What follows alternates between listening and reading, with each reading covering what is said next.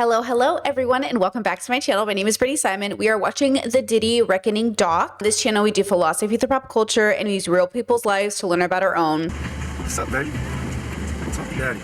I've seen Puff with a lot of women. He knew how to take a woman and change her life overnight. I miss you too. He built Misa in Janet's likeness. All right, pause.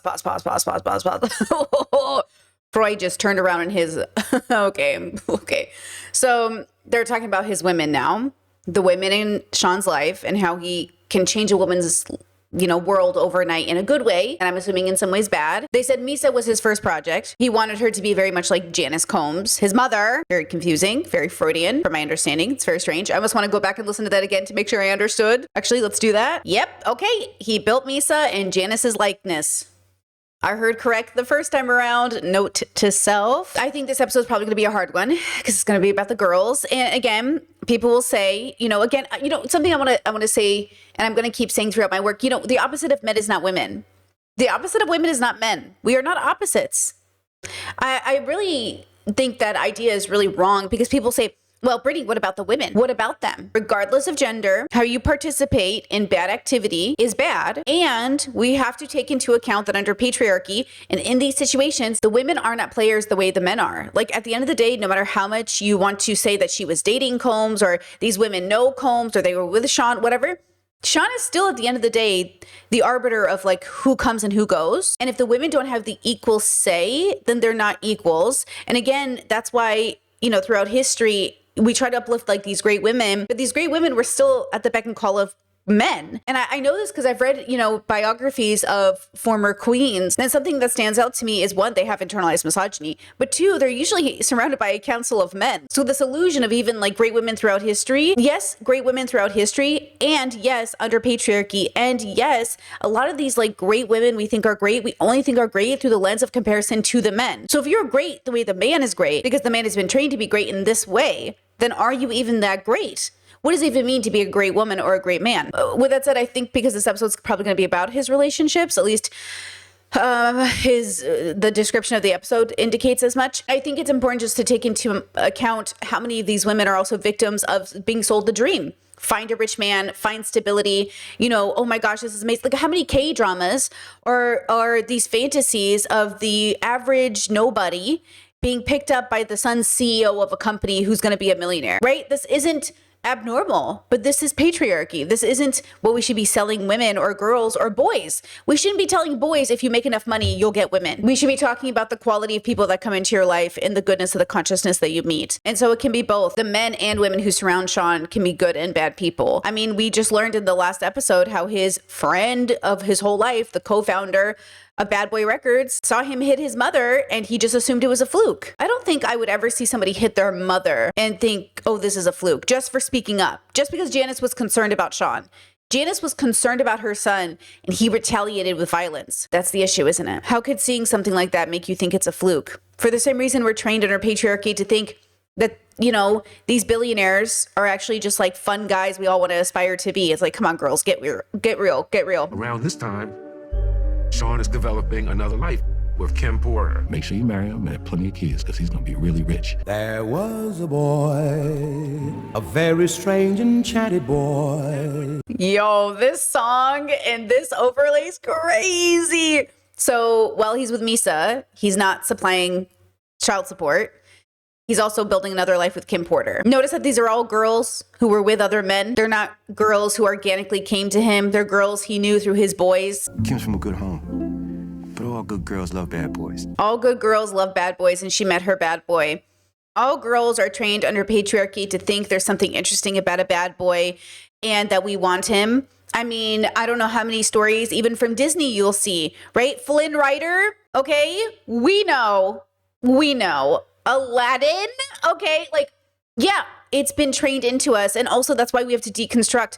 Listen, I love media. I love consuming media. And something that I've really understood about my own self is how much I fell for the propaganda, that I was reading thousands of books and watching thousands of movies and just ingesting all of this, what is healthy, what is the goal? How many times are we going to have to see these stories time and time again to realize like this is not the dream? The dream is peace. The dream is safety. Nothing about this bubble is peaceful or safe. And then one day, The music. Kim did, yeah, she ran that shit.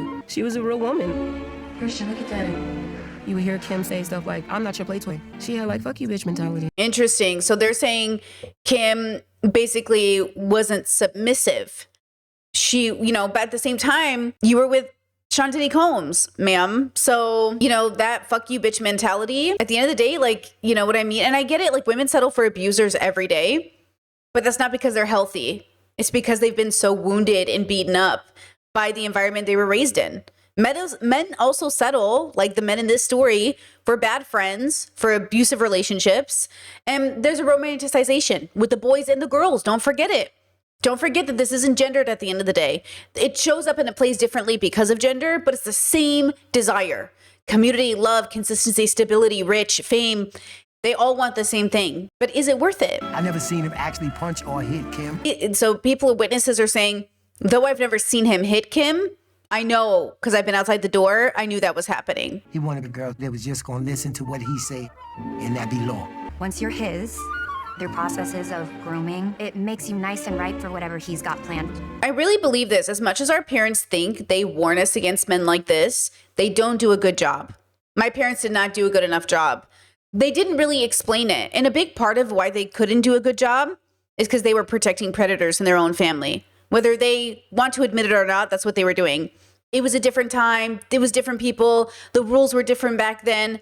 The rules are the same always. So when you come from a family that can't hold itself accountable, it can't raise you right because they have skeletons in their closet. And I know this from personal experience. I just look back at my 20s and I think of the boys I dated, none of which hit me or anything like that. Why did I even date them? Why did I even give these losers a chance? And a big part of it, I think, is because like I wanted to believe these wounded men just needed the right woman to love them because that was the narrative I saw in media, and or I thought they could rescue me as well because I was, I was mentally unwell. I was suffering. I was undiagnosed autistic.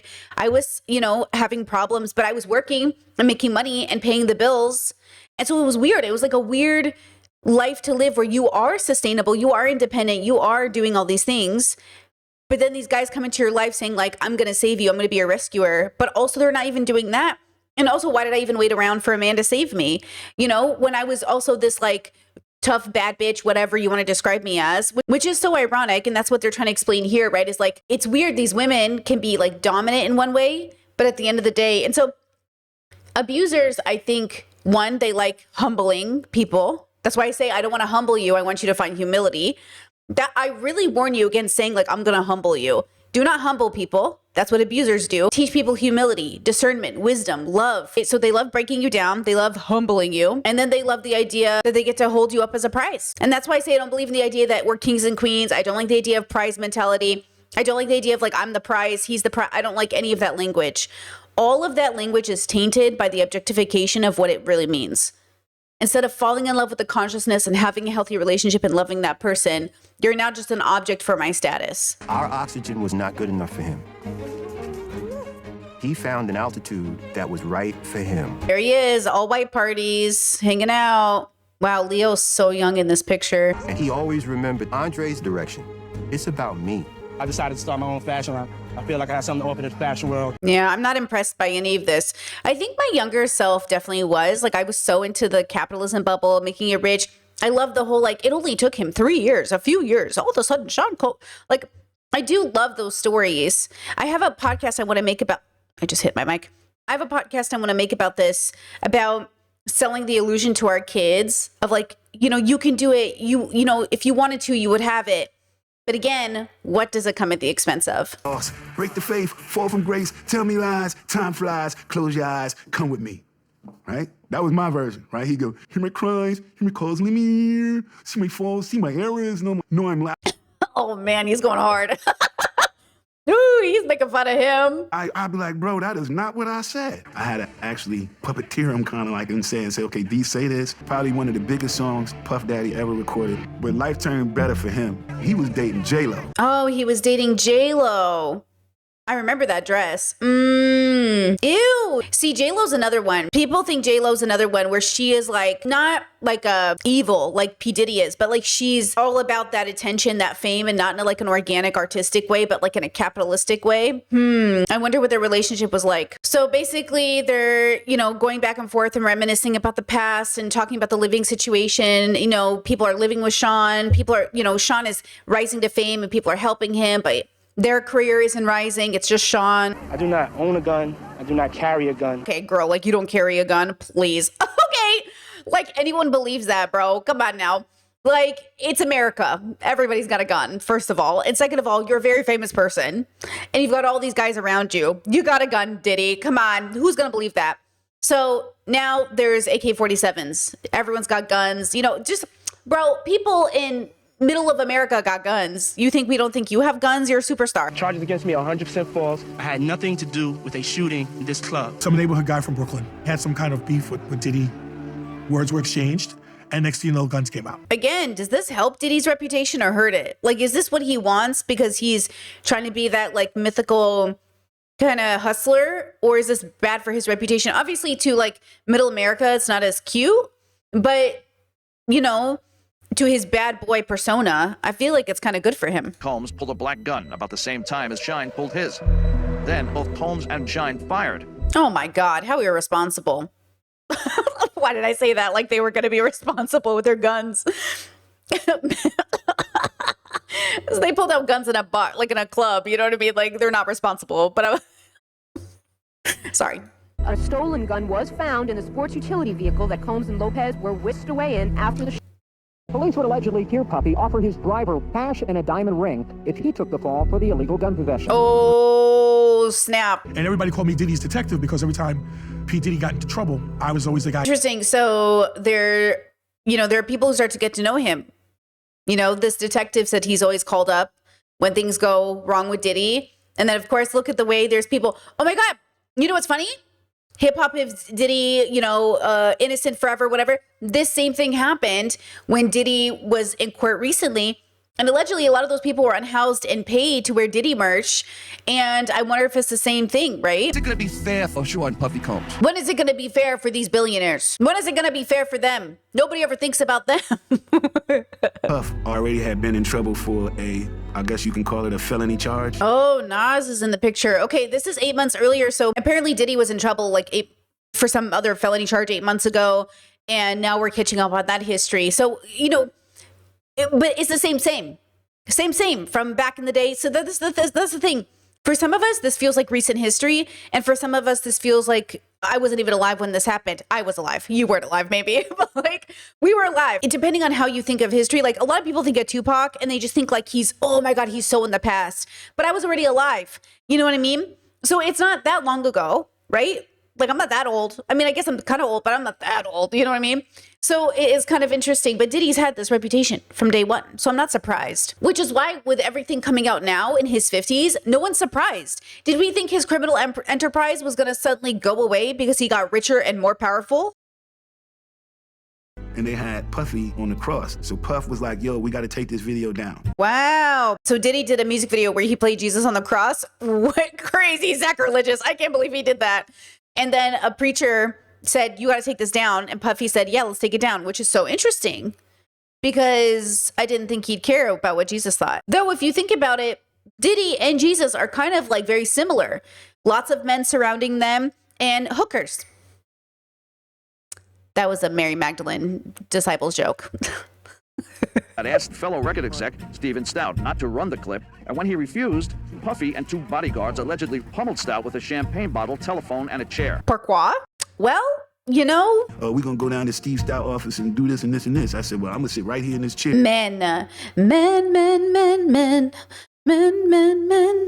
Suffered a broken arm and a jaw in the attack. Jesus. But Combs says he never broke any part of Stout. Diddy and the security guards got charged with assault. Steve Stout was beat up pretty bad because I remember he was in the hospital. Ooh, so no one's talking to the cops. Nobody wants to snitch on Diddy. Everybody knows what's happening. Nobody can tell the truth. Then, Stout and Combs have settled out of court for $500,000. Ooh.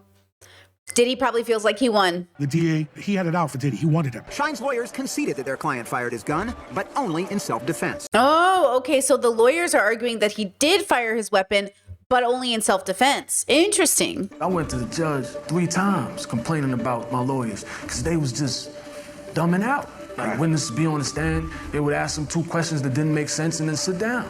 It's obvious that they were selling me. Oh, so now there was 2 guys, right, involved. Sean is doing what he always does. He's throwing his buddy under the bus, making him take all the blame so Sean gets out. That's gross. Diddy got acquitted for the charges. I just want to say I give all glory to God. Of course he gives glory to God. Shyne, however, he went to jail for 10 years. Yo, 10 years. See how Sean doesn't care about anybody but himself. And this is what men call loyalty? Is this your loyalty, men? Is this your loyalty? How many women go to jail for each other? Please somebody answer that. How many women do 10 years in prison for their friends? You know, I always say to my friends and family, do not put me in a position to go to prison. How dare you? If you love me, you will never put this family in danger, in harm's way in terms of going to prison. Now, that doesn't mean false arrest. That doesn't mean police who are corrupt. I mean, you making a decision you know is going to throw your family under the bus and or get involved in illegal activity, which throws us to, sends us to jail, which is different and separate from protesting and getting arrested. Again, police brutality. It's different than maybe all of the drugs we all did as kids, which should be legal anyways, and getting arrested. All that stuff is different. But when you, as a friend or family member, put your loved ones 10 years behind bars and you get off when you know you were involved. I know that everybody who's around Puff almost been to prison except Puff. There it is. There it is. There it is. Now it seems like the more we get into Bad Boy, the more people got in trouble. We was better off not doing music and having a job. We were better off not doing music and having a job. Yeah, sometimes you really are. At least we don't have to go to jail and court and die. Some people think music is liberation, fame is liberation. I see it as another cage. I do. I see it as a gold-plated cage. Fight or flight. I wasn't fighting with that. That's when he knew the old way of doing music was over. Okay, so they just basically went over all of the artists who abandoned Diddy and realized, themselves included, they were too afraid. They didn't want to die or go to jail. And they knew if they stayed around him, they would. So now Diddy realizes, okay, the old is out and the new is in. One thing I will say about Puff Daddy, he adapts. That's why he's changed his name so many times. He's an adapter. My mom emailed me and she was like, you are far too creative and talented to become a lawyer. Okay, so this is Aubrey Day. Her mother, she was in school to be a lawyer, and her mom suggested, you're too creative to be a lawyer. Look at this. And Diddy is recruiting girls for a girl band. And so she goes to the audition. A few years later, he created my group, Danity Kane. Place where you're able to even connect with somebody like a Diddy. Of course you're thinking, okay, here's my savior. And of course you're thinking, as you're trying to go from nothing to something, he's my savior. Exactly what we were sold. When I was dabbling in politics, the very little that I did, there was this idea I would hear from people around me, my parents. I was coming out of conservatism. I'm like a young teenager, or I'm an old teenager. I'm an old teenager, right? I'm out of high school. I'm heading into my 20s. And I think I must have been like 19 or 20 at this event, but I'm at like a Sean Hannity concert. I'm at this event with all these people. And there's like this illusion that if I just shake hands with the right people, if I just do the right thing, I'm heading in the right direction. But something in my consciousness was like, this isn't where I want to be. These people, I don't even align with these people in most ways. I'm just here because it's comfortable. It's what I grew up with. And along the way, you do get taught, like you do get told, this person can change your life. They can set your career off. They can recommend you to the right people, and that's it. But I think in many ways, that's the trap. Like in all ways, that's the trap, right?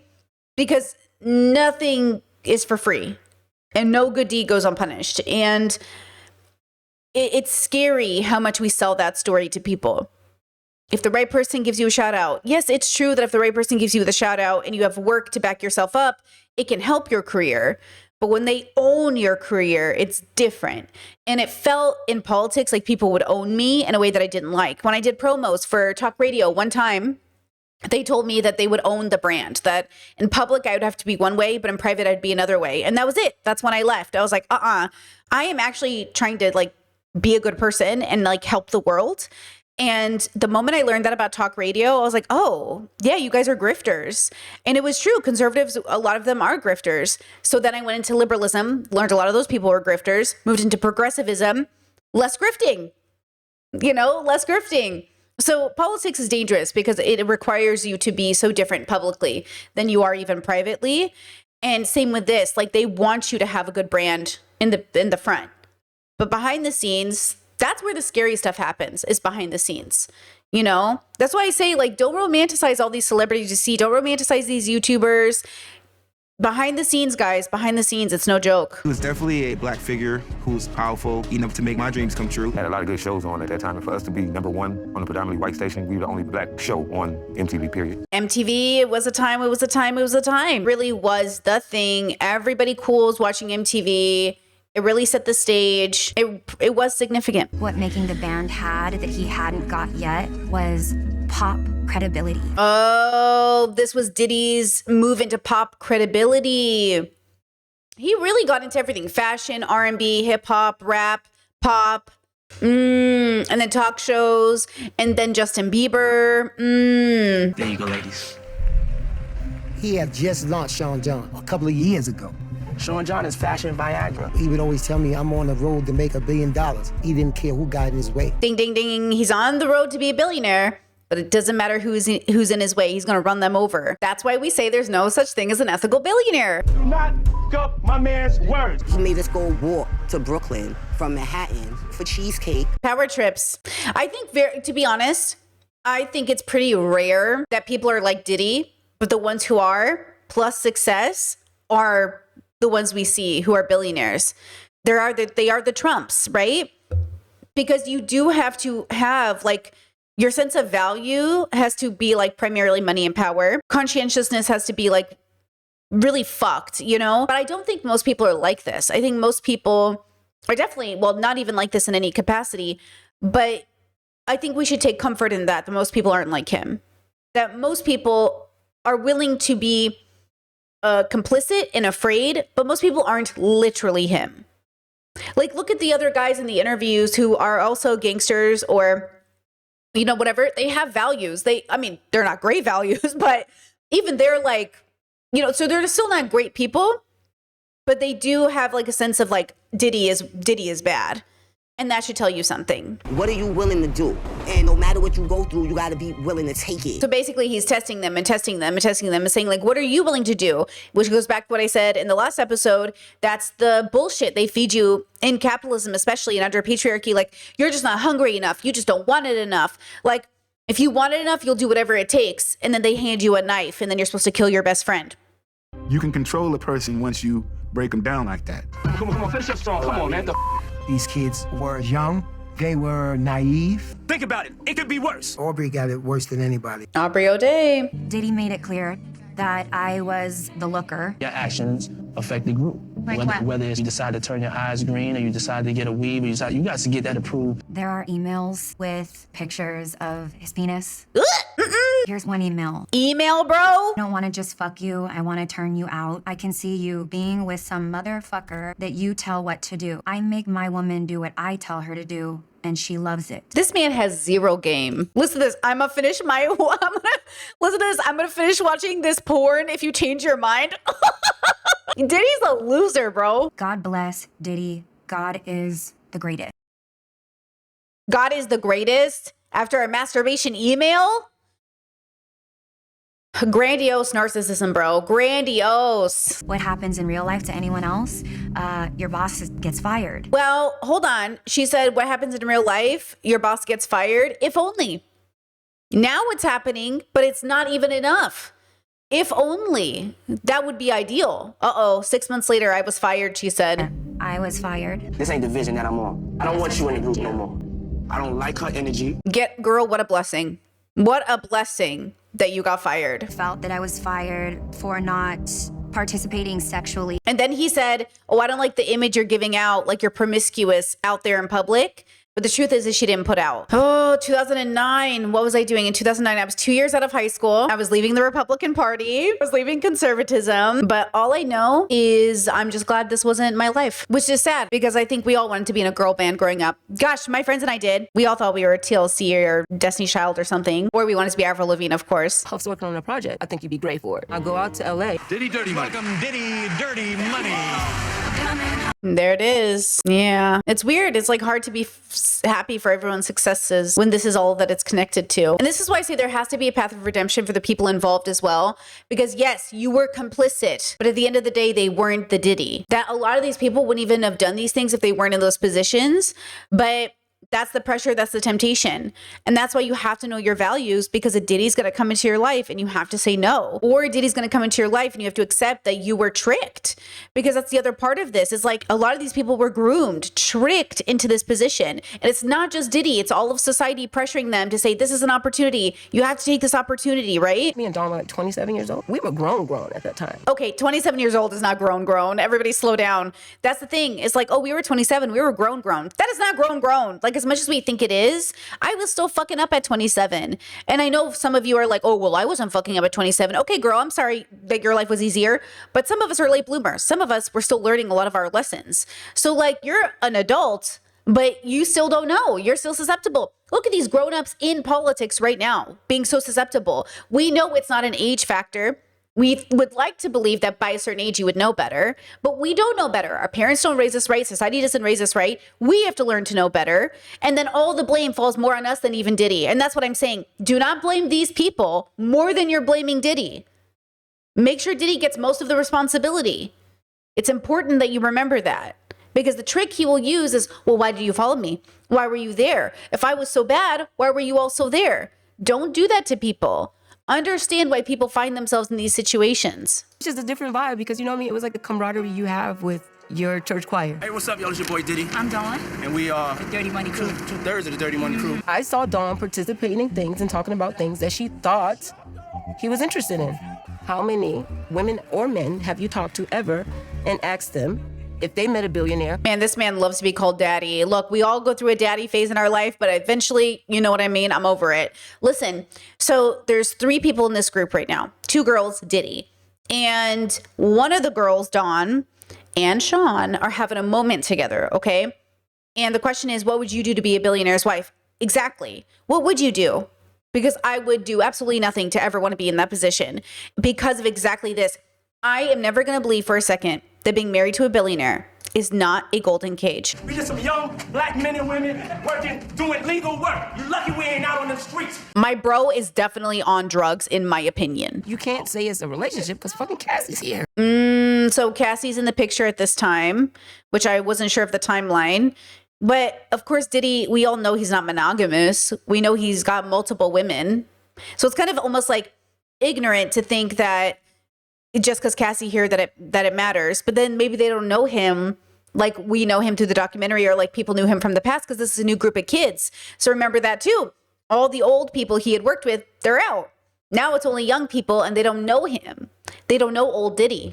Hi, people. Say what's up to the people. That shit is bright. Say what's up to people. Hey, people. Oh, she's just a baby. She's just a baby. She was so young, 19 years old. Hi, my name is Cassie, and I grew up in New London, Connecticut. A dream of being in the entertainment industry.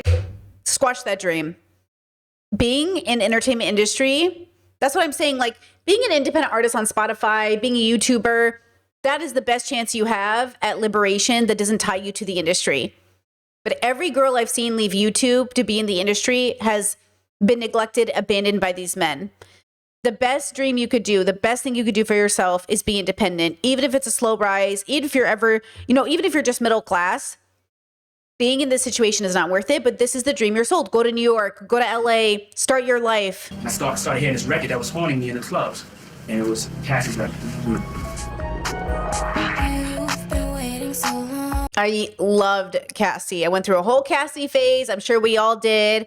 Absolutely ate her up, loved her. I mean, she was fabulous, About 2 weeks later, she was doing the record. And of course, Cassie has another boyfriend, is already taken, and Diddy wants her because another man has her. And she's beautiful and she's talented and all these things. And also, she's a kid, bro. What are you even looking at her for? You could tell that Puff was uneasy because Ryan was there. Next thing I knew, Cassie was there.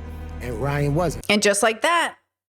And just like that. All of a sudden, yo, Cassie had a 10-album deal. Yeah, that's crazy. 10-album deal is insane. If it's too good to be true, it is. You know how a cat sneaks up, but a cat knows what it's gonna do? He took his time. He probably made her feel respected and loved, and like he was an older guy who was interested, and somebody who saw her and understood her, and then boom. And Puff looked at me, and he said, watch this, yo. So then he did a $100 million deal for basically this premium vodka deal.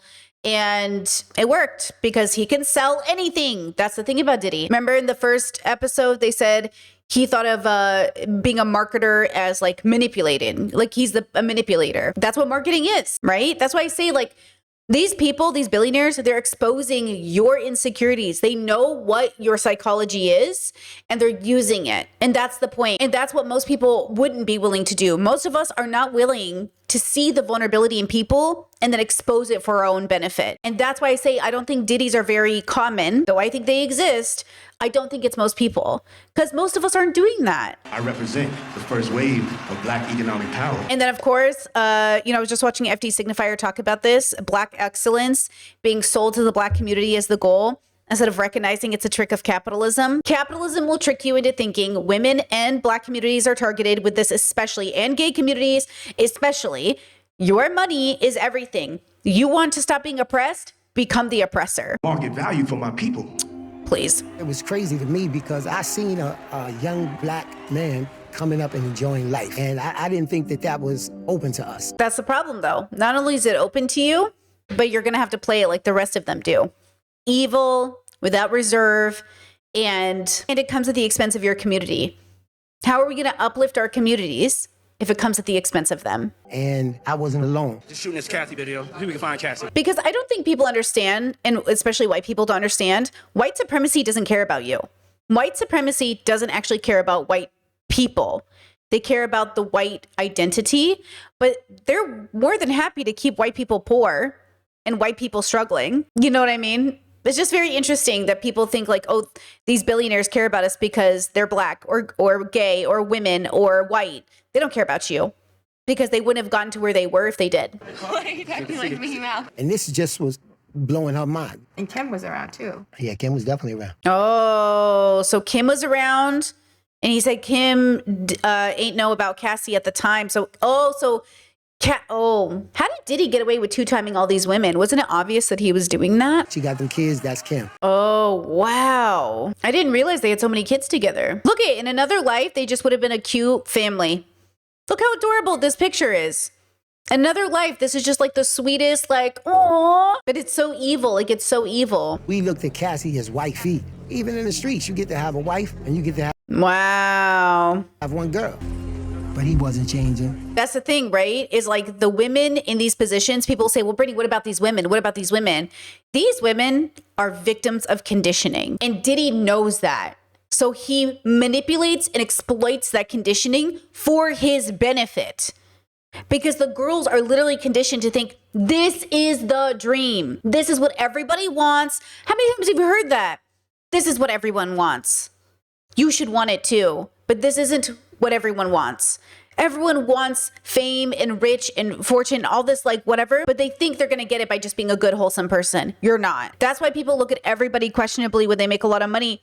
Because even if you take somebody like a Dave Ramsey, who's that financial guy, his brand is that he's a Christian and he like holds money for Jesus while he's on earth. He's still a landlord. He still owns hundreds of properties. He still, in every way, feels like he, quote, is here for Jesus and he just happened to get rich. He also voted for Trump. You know what I mean? He had Trump on his show.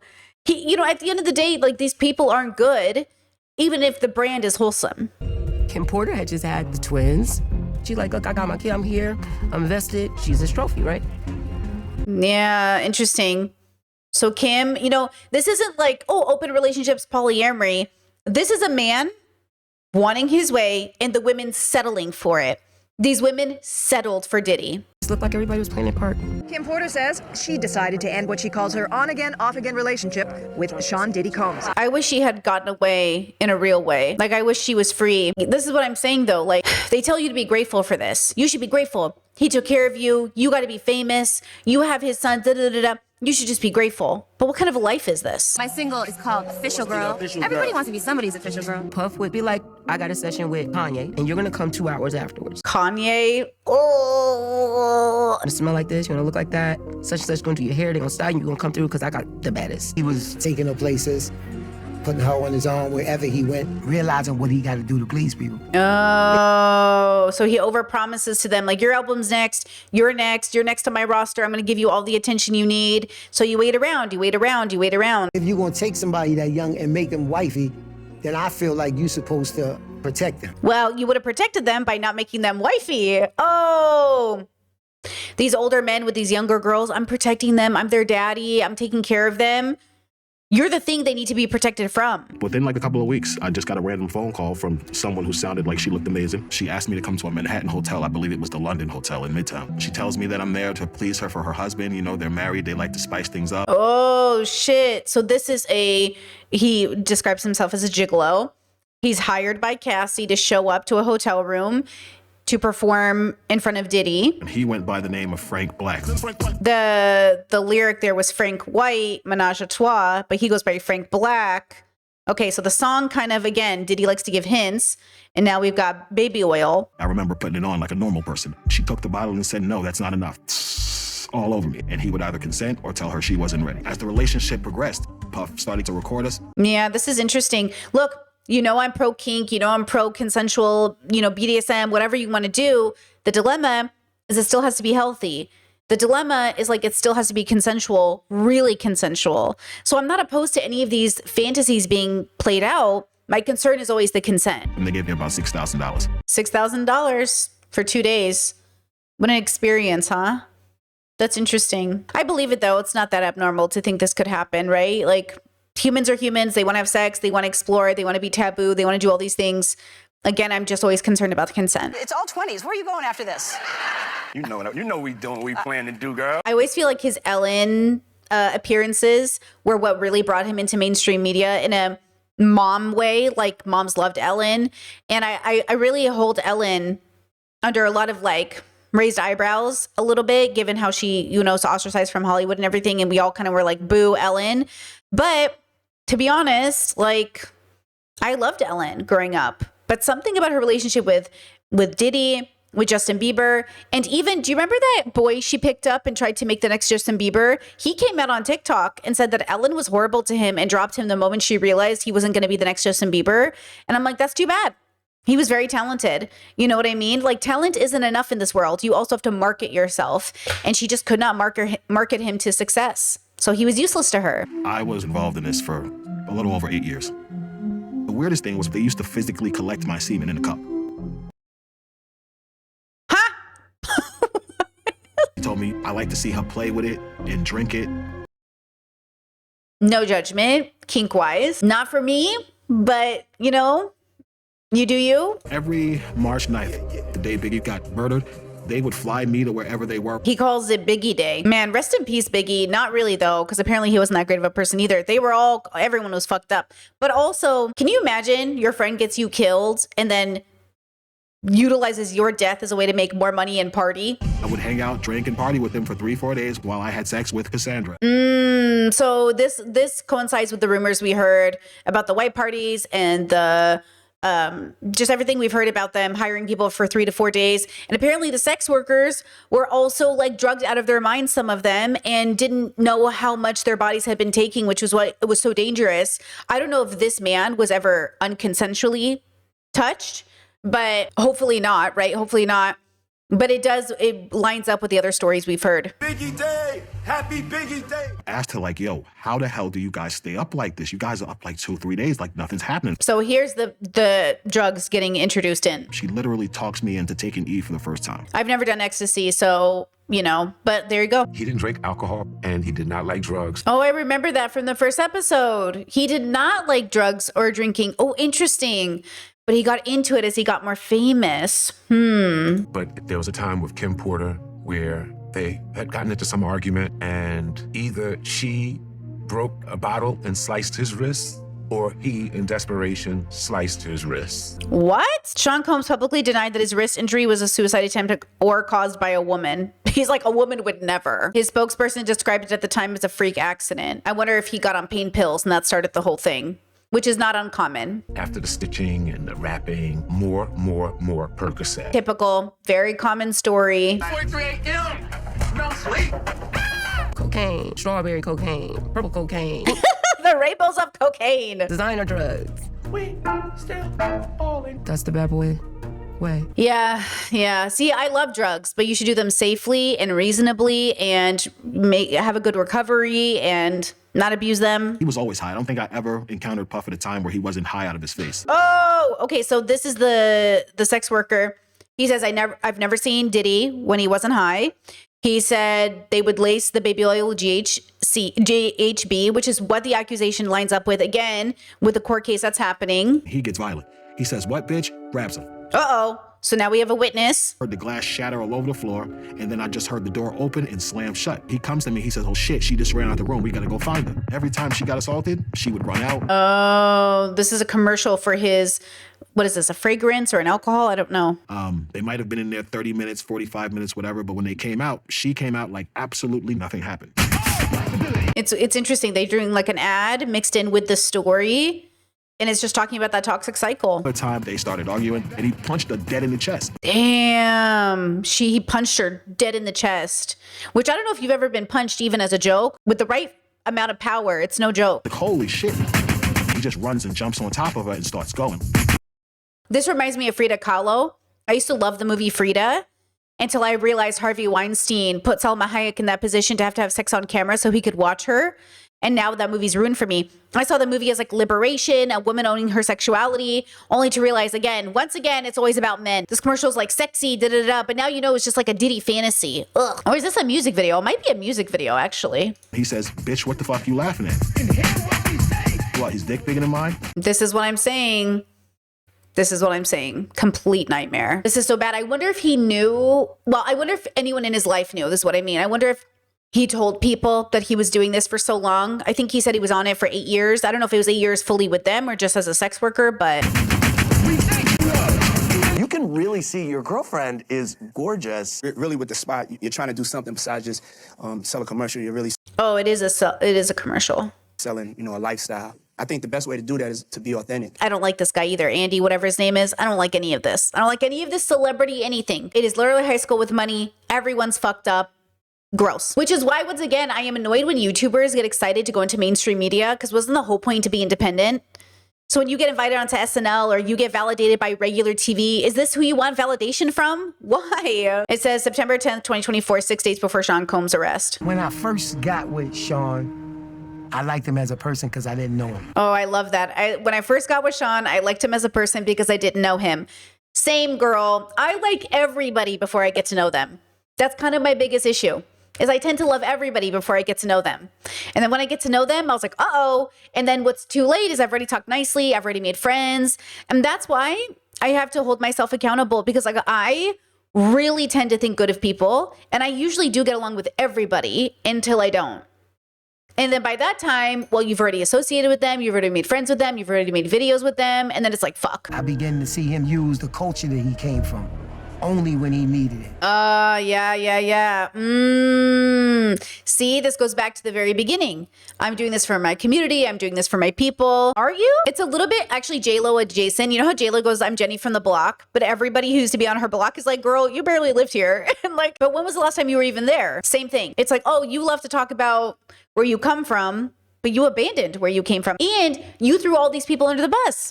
Now you walking around Harlem because you know that the world turned their back on you. So this is him, current day, trying to make good with his community again. Embarrassing. This is before he gets arrested. To be honest with you, Sean was uncomfortable around so many black people. He was uncomfortable around so many black people? Oh. When he needed them, that he felt comfortable enough. Internalized racism? Question mark? Oh my God. I need some hand sanitizer. Hold on. I got it. Mm-hmm. I've been out in the streets amongst the people. Remember that clip of Tucker Carlson on the radio show saying you got to convince them that they don't want to be in the tower with you? You have to convince the peasants. Rich people love pretending they're one of the people. Yeah, I got to take a bath. Now, I don't know if Diddy also suffered from some germophobia stuff too, or if he literally is just like, ugh, the people touched me. You know what I mean? Like the amount of people that actually I'm coming in contact with, like that's what I have to do. Okay, well, there you go. You know what I'm saying? It's like 150 hugs. We got to be realistic about what's going on out here. It's time to cleanse. Yeah, okay, we get it, buddy. Water got to be boiling hot. Okay, rude. I began to see the ugliness and the nature of him as a human being. Cassie has like the most beautiful energy. Then there was this like sad part about Cassie. Now I know. She was, you know. Yeah, now we know. She was fucking fighting him and getting fucking kicked and punched and. Yeah, I always liked Cassie. I did. I always liked her. I never liked Diddy though. 2016, the worst year of my life. I mean, kind of, but like the Trump election, everything happening in 2016 was crazy. She was like, see, that's what I want. That's that shit right there. Oh, so she saw Cassie and she was pregnant. And she said, that's what Cassie wanted. She said, that's the stuff I want. That's how I want to be. I want to be a mother, you know? She got to that point in their relationship where she wanted to be number one. And she actually wanted to have a good family. I think in this bubble, people make you sound crazy for wanting to settle down and have a family or just be loved or validated. They see you as crazy, like you're giving up something, you're giving up the fame or whatever else to be a mom or to be a family person, but that's pretty normal. Anything that you may want to confess tonight before you go in. Oh my God, talk about YouTube. See, YouTubers going, that's what's her name? Liza Minnelli? Liza Koshy. Oh my God, I cannot believe I had to Google a man to remember a woman's name. Liza Koshy, okay, a YouTube comedian. Look at her being validated by interviewing celebrities. Do you see what I say? You are so close to evil right now, girl, and you don't even know, or maybe you do because she did date David Dobrik. See, David Dobrik, mini Diddy. David Dobrik is a good example. Everybody else had to be a fool on camera. Everybody else had to be high and drunk, but never him. Everybody else is used for content, and David's just there. Keep everything right here. Or right here. Cassie had realized he's never going to have a baby with me. He's probably never going to marry me. She was tired of the act. He's a cool guy. He's a character. Oh, wow. Did we see this angle before? She left the hotel barefoot. She didn't even have time to put her shoes on. And as she's waiting for the elevator because he's, sleeping or in the shower or something, she thinks she might get away. I don't see a staircase. I almost wish she had gone down the stairs. She might have had a chance. He's just a really great guy. He's a good guy. There he is. He's running down the hallway in a towel.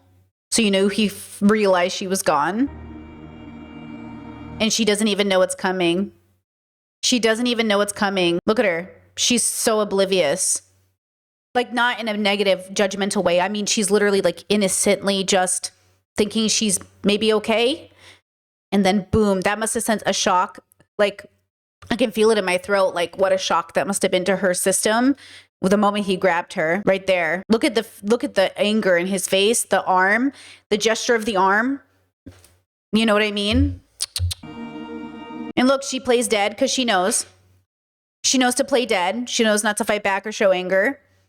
He's like it's like when a wild, like a predator animal is around you, you just play dead and maybe they'll leave you alone. Look, she doesn't even move. She doesn't even flinch. That's a victim right there. That is a trained victim that a predator. This is where they get their thrill off. Like, I bet this made Diddy excited in a weird way. Like, he was angry at her for trying to leave, but I bet he was excited that he got to catch her. This is a real person's life. This really happened to somebody. This is happening to people all the time, to women all the time. And yes, we know men can be victims of domestic violence, but we also know majority of the perpetrators are men. And this isn't just being raised badly by your parents. This is society enforcing this behavior. The fact that this is security camera footage he was able to buy off from the hotel is exactly the point. R&B singer Cassie has accused hip-hop mogul Sean Diddy Combs of rape. I believe her. I don't need to believe her because I saw the evidence, so I know. Realistically, though, I think it's necessary for people who haven't seen the video, who don't understand that, you should believe her. But this is why we say believe victims. Because ultimately, even if they're lying, we'll figure it out. But they're probably not lying, given the statistical probability. And people didn't believe Cassie. People don't believe Cassie to this day. I mean, That's why I was, highlighting Marlon Wayans' comments about Diddy, because he was like, if my friend was ever hitting a woman, I'd pull him aside and be like, you can't do that. Thanks, Marlon. Super fucking great. Thanks, bro. Hey, Diddy, could you not hit women anymore? Oh, man. I never thought about that before. Thanks for telling me, Marlon. You're such a good friend. I guess I'll change my ways. Like, what? You can't just ask a predator, hey, do you mind just not doing that? You have to hold people accountable. They have to hold themselves accountable. I felt very sad for her, but it was also validation to know I'm not the only one. Yeah. That's what's so shitty about these situations. It's like, it sucks because it does feel weirdly validating. That's why sometimes victims start support groups together, because it's like we were victimized by the same person. I am not the only one. I have to assume there's hundreds. We already know how many people came forward, like 30, 40. There's got to be hundreds of victims. I was no longer going to be embarrassed. Let's go, girl. And it is embarrassing, but that's because the world shames us for being victims. It wouldn't feel embarrassing if we actually stood by victims. Another woman is accusing Sean Diddy Combs Sean of Combs is sexual being assault. accused of sexual misconduct by Breaking a news, music another producer. woman is accusing Sean Diddy Combs. Oh, music to my ears, honestly. But sad how many of these people won't get the right kind of justice. I'm like, what the fuck? And then once that person gets a wound, now everybody is going to speak out. That's why the first person to come forward is so important, because if you're lucky, it starts an avalanche of everybody else, because you're never the first one. I know it feels like we're the first ones. We're not. You're not the first ones to be abused. Just statistically, you're not going to be. You're not the first gay person in your family to ever come out, or you may be the first person to come out, but you're not the first gay person in your family. You think you're the only one. You're not alone. Where there's one, there's more. What the fuck what level of brokenness, disease is going on? What kind of level of brokenness and disease is going on? He really has that grandiose, narcissistic, I don't know what it's called. I'm not a therapist, right? But that sort of a cognitive dissonance that allows him to believe that I can't believe this is happening to me. I think a part of his brain genuinely believes he's innocent, which is yeah. God told me to do nothing, so I gotta do what God told me to do it. Oh, it's just like they crashing out, they fell. It says Justin Combs. I assume this is one of his sons. How scary that this is your dad, and how scary that you might think your dad is innocent, because why wouldn't you? It's your dad. I wonder how many of his children will break the generational curse, or if some of his sons will continue the legend, his legacy, You're on my last album now. All of a sudden, I'm this person. I'm this monster. See, he's like, you're on my last album. He's basically saying, I made you and now I'm a monster. Yeah, that's why the world doesn't believe victims, because they're like, well, if you benefited, can you be a victim? Yes. And also the world tells you that this is what everybody wants until you realize this isn't good. Again, we can't keep telling kids to grow up to be celebrities and to seek money and to want wealth and to be outrageous, and then not explain to them that the way you do this is by being a bad person. And then be like, oh, well, you're a bad person, so I guess you were there. But you told me to do this. The world trains us to be bad people. And then when we realize we're being bad, there's no way to come back from it. That's why you have to raise your kids right and explain to them, this isn't what you want. But then how do they believe you as the parent, this isn't what they want, if this is what the world is telling them they want, right? Look at Justin Bieber. He was the dream. A YouTube kid from Canada who got picked up by Usher, who got picked up by Diddy, who got picked up by Ellen, and boom. Gloves coming off. And the worst part is Usher and all these people don't feel bad about it. They don't feel bad bringing young children into this industry, because they were young kids who came into the industry. But you would think that you would want to keep your kids away from this as much as possible. Okay, it says more than 100 civil cases have been filed alleging sexual assault or related misconduct by Sean Combs. As of airing, 77 cases are pending. See? Hundreds of people, definitely. In court filings, Mr. Combs denies ever being alone with Joy or engaging in any sexual misconduct. He vehemently denies the allegations, calling them false and salacious. As of airing, the case remains pending. Sean Combs and Cassie Ventura have both denied claims that the baby oil used during the freak-offs were laced with any drugs. Interesting. I wonder if that's because she might be found liable for giving the sex worker drug. I don't know. I don't know why that would be the case. Okay, that is episode 3. I think we learned a lot. I think we discussed a lot. I'm mortified for these victims. I'm mortified for future victims, because it's not over, girls. There will be more. There are always more. And so I just want to say that I'm so proud of the people for coming forward. I'm proud of every single person that is trying to get justice right now. You deserve it. With that said, thank you for watching, and I'll see you guys for the next one. Bye-bye.